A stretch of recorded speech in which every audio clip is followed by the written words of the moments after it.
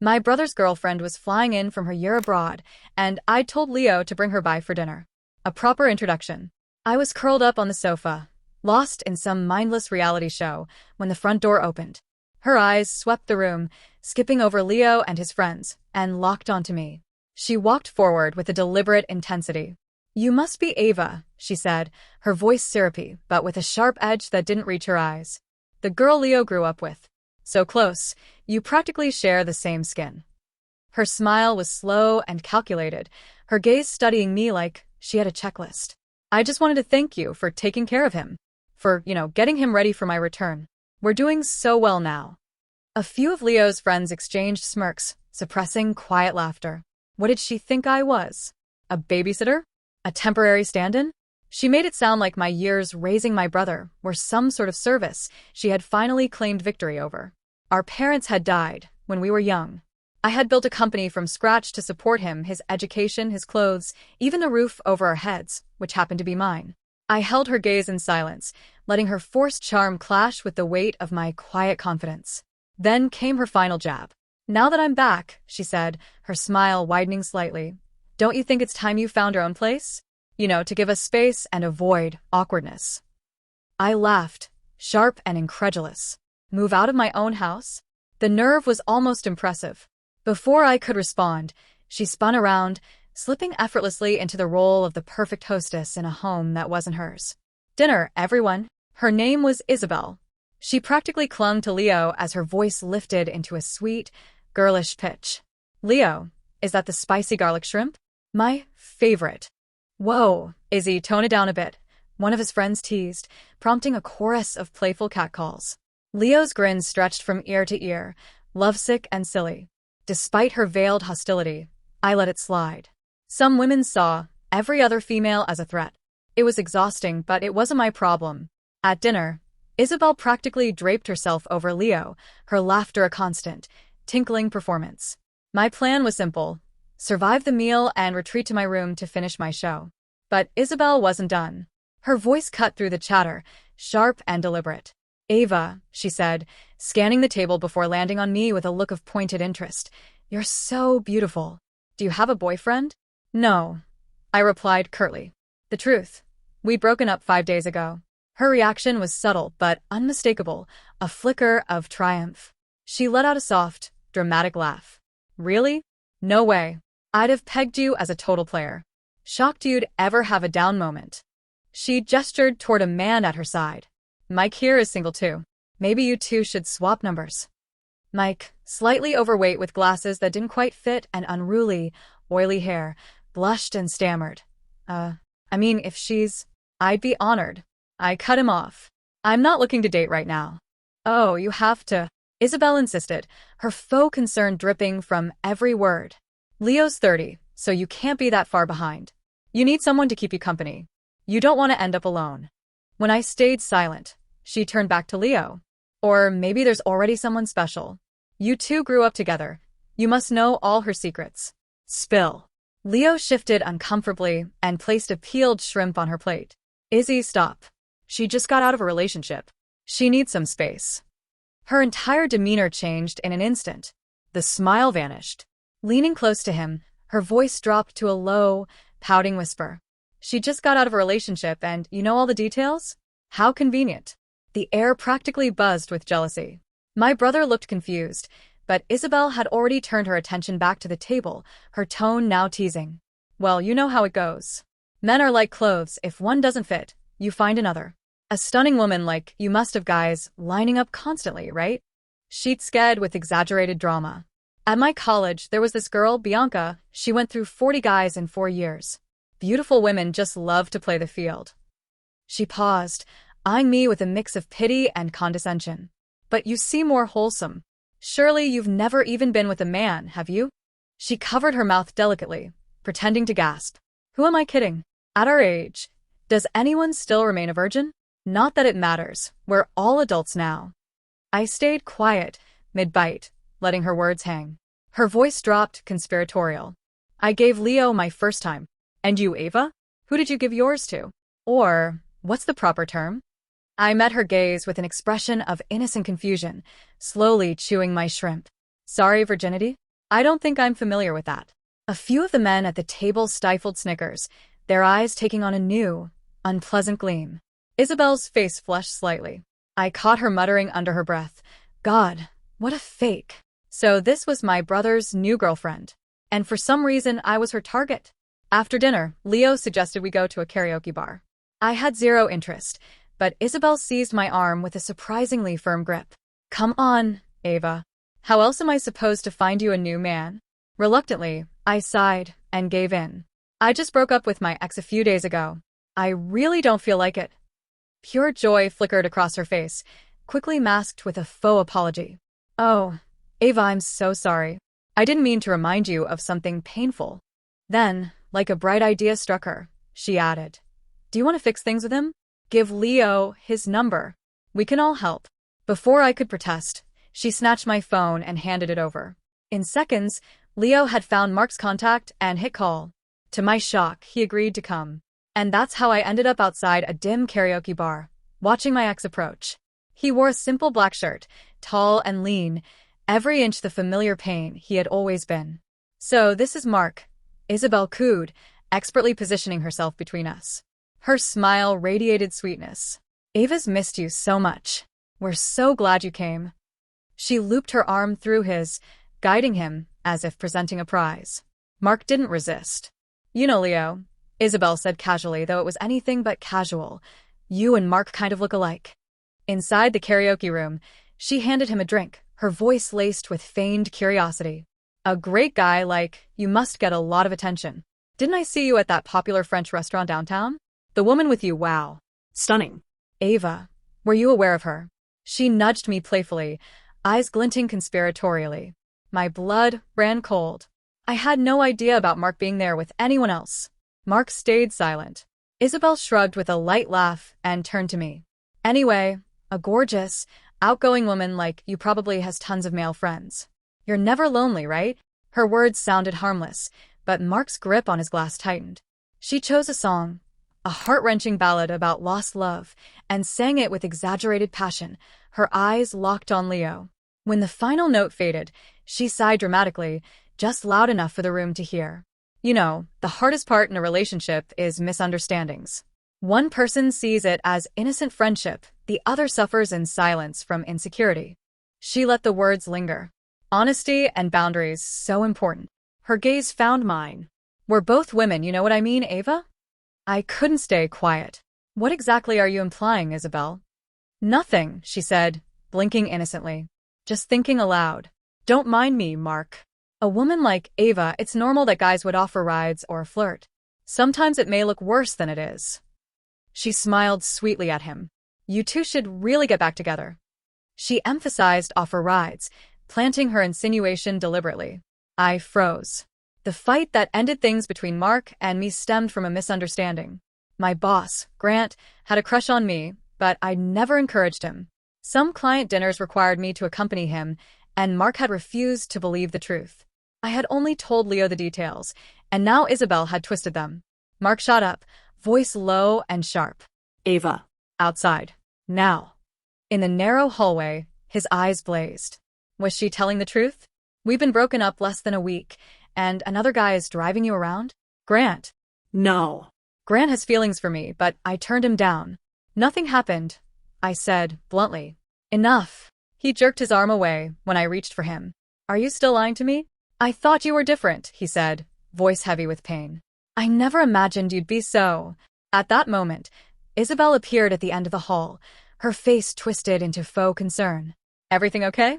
Mark. Maybe it's just her personality. She's so popular, probably used to attention. I'm sure she didn't mean to mislead you. Every word was fuel on a fire. If you're set on thinking I'm cheap or easy, I said, trembling with anger, then there's nothing left to say. He raised his hand. Crack. The sharp crack echoed down the hallway. I pressed my hand to my cheek, the sting flaring into a burning ache. I stared at him, the man I had once loved, unable to comprehend what had just happened. Isabel gasped, rushing forward with an exaggerated horror. Mark, how could you? My cheek throbbed, but my heart had gone cold. Mark, I said, my voice unnervingly steady as I lowered my hand. This is over. We are done. Without a word, he turned and walked away. I made my way to the restroom, staring at my reflection. The woman in the mirror looked like a stranger, shaken but composed. When I returned, the karaoke bar was alive with music and chatter. Isabel clung to my brother's side, laughing as if nothing had happened. I approached her directly. My voice wasn't loud, but it cut cleanly through the room, silencing conversations. Isabel, tonight was our first meeting, I began. The karaoke track thumped soullessly in the background. All eyes were on us. So, explain this, I continued, voice low and controlled. This story about me having tons of male friends, men constantly offering rides, where did you get that information? For a moment, her confident mask faltered. She shrank back into Leo's side, suddenly fragile. Ava, I don't know what you mean. I was just joking, making conversation. Why are you taking it so seriously? Her eyes darted to Leo, seeking defense. A joke. I repeated, my voice cold. A joke that ends with my ex hitting me in the hallway? She wailed suddenly, tears spilling down her cheeks. What did you want me to say? I've known about you for a long time. I've seen you get in and out of fancy cars. Surely it was for work. I wasn't lying. The mood shifted immediately. Whispers filled the room, judgmental eyes flicking toward me. Wow, she's a gold digger. And here she was, playing innocent. Isabel. Leo's voice cut sharply through the chatter, his brows furrowed. What did I do? She cried, racking sobs shaking her frame. I was trying to help her. Her boyfriend hit her over a misunderstanding, and now you're blaming me? Apologize, Leo said firmly. You're on her side too? Isabel shrieked. Are you obsessed with her? I had had enough. I grabbed my purse and turned to leave. My heel slipped on a patch of spilled liquor, twisting my ankle violently. Pain shot up my leg as I stumbled sideways. Ava! Leo shouted. He shoved Isabel aside and caught me before I fell. Seeing the pain etched across my face, he didn't hesitate. He lifted me onto his back. Leo! Isabel shrieked, reaching for him. She's faking it. You! Shut up, he barked, fury cutting through the night. Go home by yourself. Ignoring her protests and the stunned looks from his friends, he carried me out into the night. The doctor diagnosed a severe ankle sprain, torn ligaments, weeks of rest ahead. Back in my apartment, Leo settled me on the couch. His phone buzzed relentlessly. Calls from Isabel streamed in without pause. He silenced it with an annoyed jab. Ava, I'm so sorry, he said softly. I didn't reply. Instead, I methodically blocked Mark's number, deleted every photo, every digital trace of him. The nightmare seemed over, at least temporarily. The next afternoon, I was in the main conference room, finalizing a major deal. Just as we were about to sign, the door slammed open with such force it hit the wall. Isabel stood there, eyes red and swollen, smelling of alcohol. She pointed a trembling finger at me. Ava Monroe, you bitch. Get out here. My stunned colleagues and clients froze. I rose slowly, my voice calm but icy. Isabel, you're intoxicated. This is a place of business. I need you to leave. I turned to my assistant. Jessica? Where is security? They're in the garage, Ms. Monroe, Jessica whispered, rushing forward. Something about the electrical box. Isabel shoved her aside. Who knows what shady deals you're running? And last night with Leo, he ditched me for you. You think just because you're his first love, you can ruin my life? I'll ruin yours first. She lunged for the conference table, ripping the stack of contracts into pieces. What are you doing? A client shouted. 2 employees grabbed her arms and dragged her out, but the damage was done. The papers were shredded. The client straightened his suit, his face an expressionless mask. Ms. Monroe, he said flatly, we'll need to reassess the stability of your company. Today's signing is canceled. Without another word, he and his team walked out. So that was it. In Isabel's mind, I was Leo's unforgettable first love, the one that got away. And for that, she would never forgive me. An hour later, my phone rang. It was Leo. Ava? Why isn't the card you gave me working?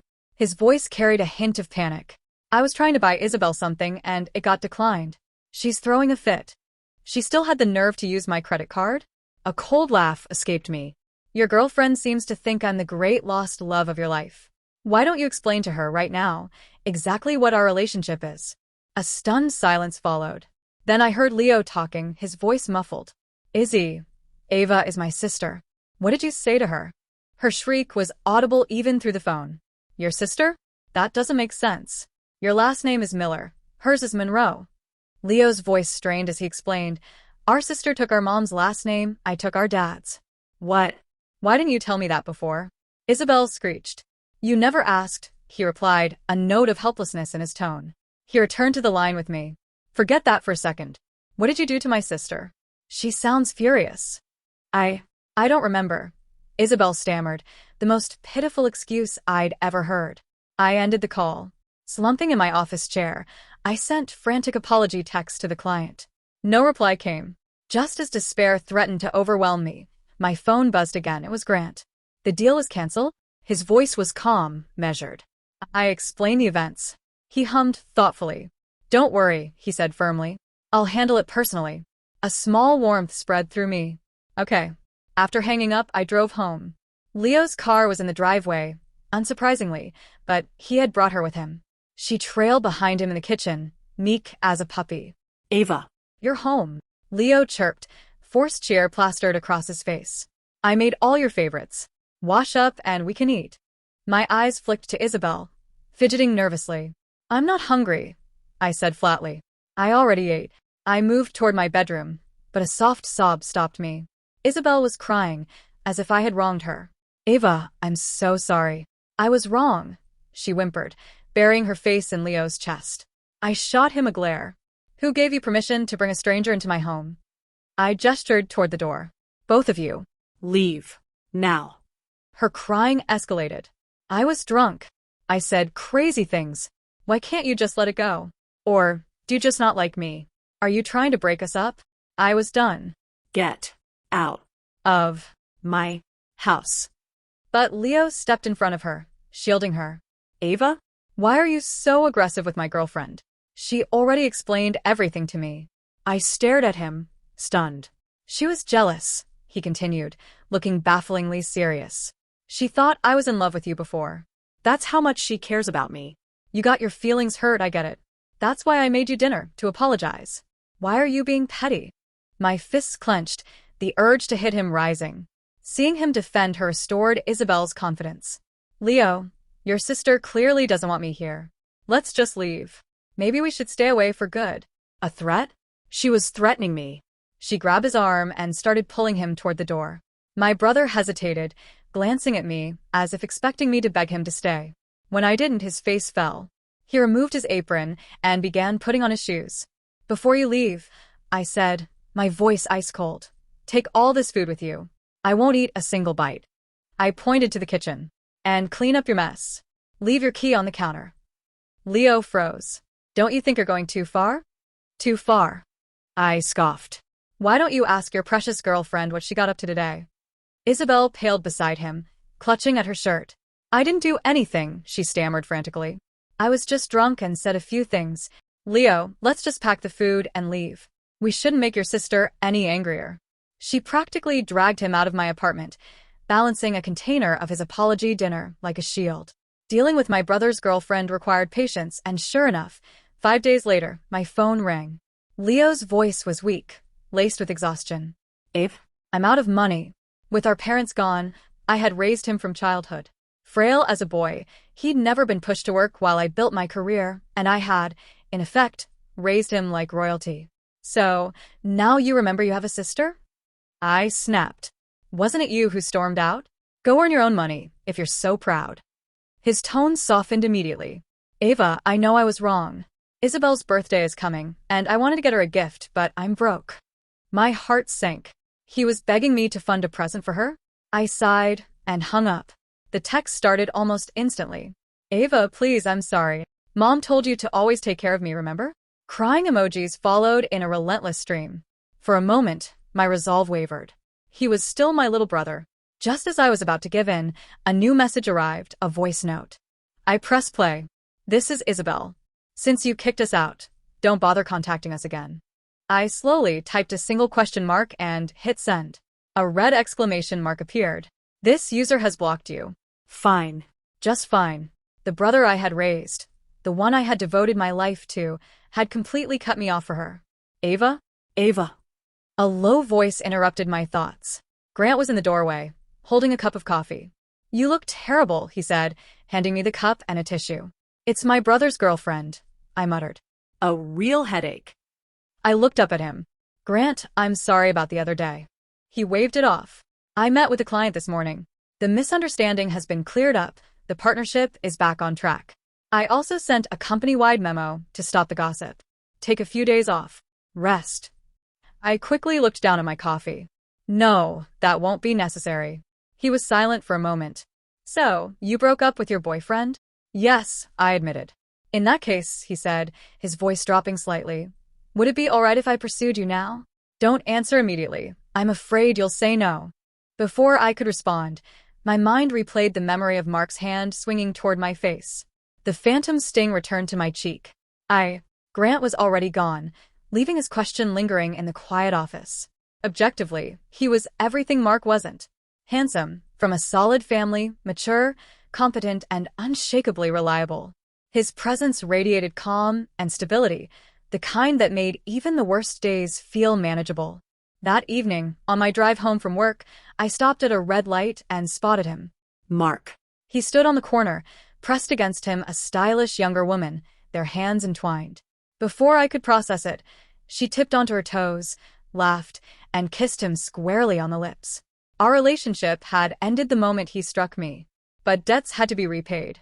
I parked, stepped out, and walked straight toward them. Before he even realized I was there, I slapped him hard. I shook my hand, letting the sting spread. Now we're even. You, he sputtered, face twisted with shock and fury. While he and his new girlfriend reeling, I was already back in my car, pulling away. That night, I texted Grant one word. Yes. Grant's approach was nothing like a whirlwind romance. It was calm, steady, like a spring rain that seeped gently into the soul. He remembered I preferred oat milk in my coffee, had dinner from my favorite Thai place delivered when I worked late, and offered clear, pragmatic advice whenever family drama left me drained. Meanwhile, Leo's life had taken a nosedive. My assistant, Jessica, kept discreet tabs on him. She reported he was juggling multiple jobs, delivering for DoorDash, driving for Uber. Part of me ached. The brother I had shielded from the world was now scraping by in exhausting, thankless work. I knew Isabel had pushed him to prove himself financially. But stepping in now would teach him nothing. Their toxic relationship would collapse under the pressure of reality. A little over a month later, my phone rang late at night, flashing Leo's number. When I answered, his voice trembled, thick with tears. Ava, you picked up. I thought you'd never talk to me again. I replied nonchalantly. Humph. She's breaking up with me, he sobbed. I felt no shock, only a weary inevitability. It was time for my love-struck brother to face reality. He poured out the whole pitiful story. Isabel had grown tired of his inability to provide the luxury lifestyle she demanded. Fights had been constant. The final blow came that afternoon, when he saw her stepping out of a Porsche with a fashionable young man, arm in arm, into a 5-star hotel. When he confronted her, she laughed. Look at you, Leo, she sneered. You can't even support yourself. How did you ever think you could support me? We're done. She threw all my things out onto the street, he cried. Even the necklace I saved weeks to buy her. Ava, I don't have a penny left. I'm spending the night at a 24-hour internet cafe. What should I do? Pathetic. I held the phone, emotions twisting, pity, anger, love. I sighed. Is it really over? Yes, he whispered. I knew she wasn't right for you, I said softly. But you were too far gone to listen. You had to hit rock bottom. Come home tomorrow. The next day, he appeared at my doorstep, dragging a battered suitcase. He was thinner, dark circles under his eyes, a rough scruff on his chin, utterly defeated. Do you understand where you went wrong? I asked evenly. His eyes brimmed with tears. I shouldn't have disrespected you, Ava. I shouldn't have let her manipulate me into thinking that that was love. I handed him a new phone. Old numbers canceled. Fresh start.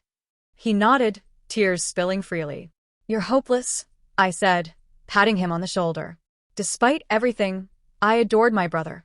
His kind, gentle nature made him naive, but also endlessly lovable. Once Leo vanished, number disconnected, social media wiped. Isabel went into a frenzy, contacting mutual friends. I instructed them to send a simple, cold message. He's out of your league. She screeched into the phone. You have him call me yourself. Who does he think he is, ghosting me? Weren't you the one who cheated on him? Our friend replied calmly. Silence. Then a dial tone. The next day, she appeared at my office, trying to push past security. They had to physically restrain her. Get Leo Miller out here, she screamed. What's his problem? He thinks he can just disappear? He can't dump me. I descended to the lobby, calm and composed. He can't dump you? You have no shame, do you? I tossed a file folder at her feet. Inside was a private investigator's report. Or should I remind you how you got him in the first place? By cheating on your then-boyfriend, his friend, by the way. I wonder if he knows. Her face drained of color. She froze. Isabel attempted a few more ambushes, waiting outside the warehouse where Leo worked part-time, but he never engaged. He simply turned and walked away. Through whispers, I learned her Porsche guy had been a brief fling. She had already moved on. Her reputation lay in ruins, friends abandoned her, and she had even lost her job. She deserved every bit of it.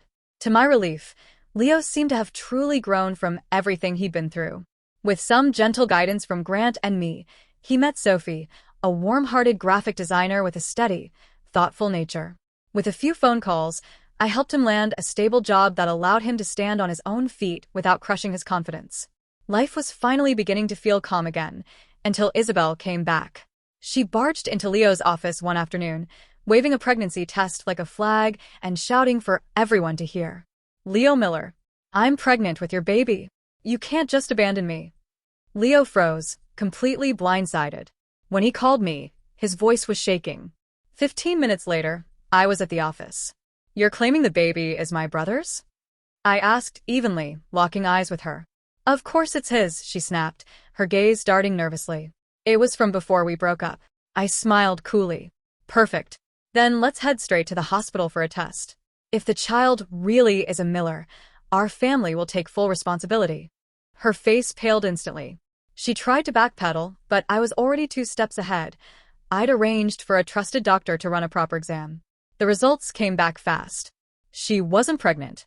Faking a pregnancy to extort someone at their workplace, I said, tapping the report, is a crime, Isabel. Would you like to discuss this further with the police? Leo's patience finally snapped. Enough, Isabel, he shouted. She dropped to her knees, clutching at his pant leg. I was wrong. Please, Leo, I need you. He tricked me. Leo glared down at her. Tricked you into a hotel suite? Do you think I'm stupid? His voice was cold. We're done. Don't leave me, she screamed, tears smudging her makeup. I love you. A small crowd had gathered, whispering. My patience was gone. You've made enough of a spectacle, I said flatly. Just then, Sophie arrived. Calm and composed, she stepped beside Leo and slipped her hand into his. Miss, the hospital test was clear, she said quietly but firmly. Leo is my boyfriend now. Please stop humiliating yourself.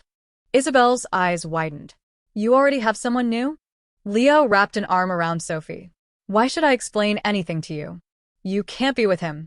He's mine. Isabel lunged, grabbing at Sophie's wrist. Leo pulled Sophie behind him. Don't touch her. You've lost all sense.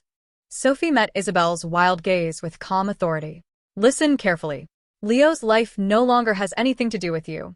He's my partner and one day he'll be my husband. So disappear from our lives for good. Leo's voice hardened.